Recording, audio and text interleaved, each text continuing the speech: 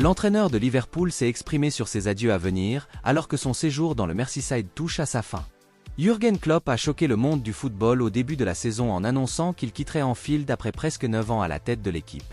Comme il s'agit de sa dernière saison au club, beaucoup s'attendaient à ce qu'il parte en fanfare, car les Reds étaient à un moment donné en passe de remporter le quadruple. Mais après un mois horrible, Liverpool a vu ses chances de remporter l'Europa League s'éloigner après une défaite contre l'Atalanta, avant de ruiner ses chances de remporter la Premier League avec une défaite contre Crystal Palace et un match nul contre West Ham. Cela n'a pas entamé le moral de l'équipe, qui s'est imposée face aux Spurs dimanche dernier, en s'imposant 4-2 à Anfield. Après le match, Jürgen Klopp a évoqué son départ imminent et a laissé entendre qu'il ferait des adieux émouvants lors de la dernière journée. Par l'intermédiaire de The Standard, Jürgen Klopp a déclaré « Je n'étais pas ému aujourd'hui parce que je sais que j'ai un autre, c'est comme ça. Peut-être que nous aurons de la chance et qu'il pleuvra à verse, de sorte que nous ne pourrons pas rester dehors après le match. On ne verrait pas. » Le dernier match de la saison de Liverpool aura lieu à Anfield, où les Reds affronteront les Wolves. Le Bayern Munich est à la recherche d'un nouvel entraîneur et des rapports en Allemagne indiquent que Erik ten Hag de Manchester United est le principal candidat pour le poste à l'Allianz Arena. Les Allemands devraient se séparer de Thomas Tuchel à la fin de la saison, après une campagne médiocre, mais qui pourrait être mémorable si le club de Bundesliga parvient à remporter la Ligue des Champions. Le Bayern Munich voulait que Xavi Alonso, Julian Nagelsmann et Ralf Rangnick prennent les rênes à l'Allianz Arena, mais tous trois ont refusé le poste. Le Bayern Munich est donc dans l'incertitude, une situation à laquelle il n'est pas habitué. Selon le média allemand Bild, Erik ten Hag, Hansi Flick et Roberto De Zerbi sont les trois principaux candidats au poste de manager, l'entraîneur de Manchester United étant considéré comme le principal prétendant du club de Bundesliga. Ce serait un choc énorme dans le monde du football étant donné les difficultés de l'entraîneur néerlandais à Manchester. Erik ten Hag a passé 2 ans au Bayern Munich au début de sa carrière de manager, où il a entraîné la deuxième équipe du club allemand entre 2013 et 2015. C'est peut-être un facteur qui explique qu'il soit candidat à l'équipe senior, car c'est tout ce qui compte pour l'entraîneur néerlandais à l'heure actuelle. Le technicien de 54 ans vit une saison épouvantable à Manchester United et semble dépassé par la situation à Old Trafford. Lundi soir, le club mancunien a été une nouvelle fois battu par Crystal Palace, qui s'est incliné 4-0 à Selhurst Park. Même si Erik ten Hag remporte la FA Cup à la fin du mois, Manchester United doit se séparer de l'ancien entraîneur de l'Ajax. Cela ouvrirait la porte à un transfert au Bayern Munich, mais c'est un risque énorme pour le club bavarois d'engager l'entraîneur de Manchester United. Arsenal cherchera à renforcer son milieu de terrain cet été et l'une de ses cibles, Amadou Onana, sera autorisé à quitter Everton pendant la période de transfert estival.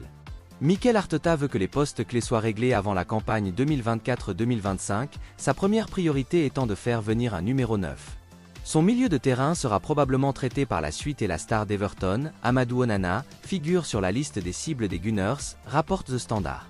La principale cible d'Arsenal pour ce poste serait Douglas Luiz d'Aston Villa, selon Give Me Sport, mais en ce qui concerne Amadou Onana, le club du nord de Londres devrait faire face à la concurrence de Manchester United et de Chelsea. Selon Football Insider, Everton acceptera des offres pour la star belge cet été si elles correspondent au prix demandé par les Toffees, car le club du Merseyside a besoin de vendre des joueurs compte tenu de sa situation financière actuelle. Le rapport indique que Sean Dyche préférerait garder Jarrad Branthwaite et Jordan Pickford, ce qui ouvre la porte à un départ d'Amadou Onana de Goodison Park. Football Insider affirme que Sean Dyche a déjà planifié la vie sans Amadou Onana avant la fenêtre de transfert de l'été. La star belge n'a été titularisée qu'une seule fois en Premier League lors des 5 derniers matchs des Toffees, à l'occasion de la raclée 6-0 infligée à Chelsea le mois dernier. Le joueur de 22 ans est très talentueux et, compte tenu de son âge, il dispose d'une grande marge de progression. Everton exigera une somme considérable pour se séparer du milieu de terrain et il reste à voir qui fera une approche officielle pour la star belge. Arsenal serait le meilleur choix pour Amadou Onana étant donné la trajectoire de leur projet et le travail de Mikel Arteta avec les jeunes joueurs, mais il y aura d'autres opportunités intéressantes pour le joueur si les Gunners ne viennent pas à l'appel. Tottenham a une réelle opportunité de recruter la star barcelonaise Rafinha lors de la fenêtre de transfert d'été. Ange Postecoglou souhaite apporter des changements à son équipe cet été, après avoir réalisé que de nouvelles recrues étaient nécessaires pour faire passer l'équipe à l'échelon supérieur. Les Spurs ont commencé la saison de manière prometteuse, mais depuis le début de l'année, leur forme s'est dégradée et ils ont souffert du manque de profondeur de leur effectif. Le club du nord de Londres a subi 4 défaites consécutives en Premier League, ce qui constitue sa pire série au cours des 20 dernières années. Selon le média espagnol Mundo Deportivo, les Spurs ont une chance réelle de recruter le Barcelonais Rafinha cet été. Le rapport indique que le club de Premier League s'intéresse depuis longtemps au joueur, mais qu'il pourrait finalement le recruter cet été. L'entraîneur des Spurs cherche à recruter un nouveau défenseur, un milieu de terrain et un ailier cet été, l'international brésilien étant son choix préféré pour le poste d'ailier. Les Catalans sont en proie à des difficultés financières et pourraient être prêts à vendre certains de leurs joueurs afin de financer leurs propres transferts.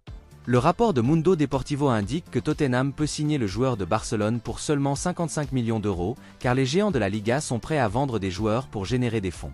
Ange Postecoglou devra cependant convaincre le joueur de rejoindre le club de Premier League, car l'ancien ailier de Leeds United n'est pas intéressé par un départ de Barcelone.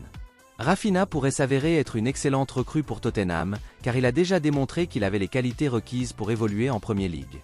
Arsenal et Chelsea se sont intéressés à l'ailier brésilien par le passé. Si Tottenham parvient à le recruter, ce serait un coup d'éclat pour Ange Postecoglou. Le FC Barcelone devra décider qu'il veut vendre avant le marché des transferts de l'été, car d'autres clubs ont exprimé leur intérêt pour Jules Koundé. Le club catalan est confronté à de graves problèmes financiers et doit se débarrasser de certaines de ses stars afin de recruter de nouveaux joueurs pour la campagne 2024-2025. Jules Koundé et Ronald Araujo suscitent l'intérêt de toute l'Europe. Le Bayern Munich et Manchester United s'intéressent depuis longtemps à la star uruguayenne, mais il n'est pas certain que l'un des deux clubs fasse une offre officielle. Selon Mundo Deportivo, Newcastle United est le dernier à se lancer dans la course aux joueurs de 25 ans. En plus des Magpies, Chelsea, le Paris Saint-Germain, Manchester United et l'Inter Milan s'intéresseraient aux défenseurs du Barça. Jules Koundé est sous contrat avec Barcelone jusqu'en 2027 et il faudra sans doute une grosse somme pour l'attirer loin du club catalan. L'ancien joueur de Séville est heureux en Espagne et ne souhaite pas quitter le Barça pendant l'été. Si l'intérêt de Newcastle United est nouveau, il n'en va pas de même pour Chelsea qui voulait le défenseur lorsqu'il a quitté Séville à l'été 2022. Les Blues voulaient ajouter un défenseur central à leur effectif, mais le Barça a remporté la course en signant un contrat de 55 millions d'euros. Le joueur de 25 ans n'a pas été à son meilleur niveau avec les géants de la Liga, mais il a surtout évolué au poste de latéral droit plutôt qu'à celui de défenseur central, qu'il préfère. Le prochain club qui le recrutera l'utilisera probablement à ce poste.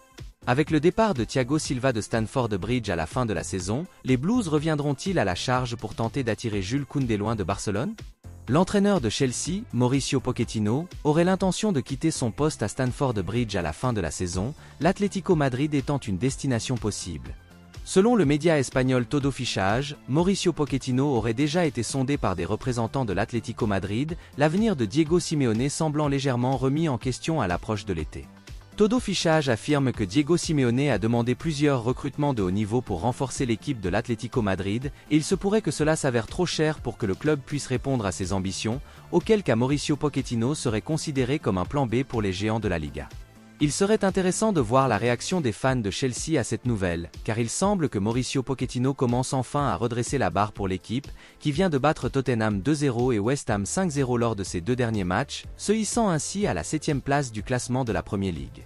Bien que ce résultat soit encore loin de ce que la plupart des fans de Chelsea attendent de leur club, c'est au moins un signe que ce projet à long terme construit autour de jeunes joueurs talentueux va enfin dans la bonne direction après une campagne aussi irrégulière.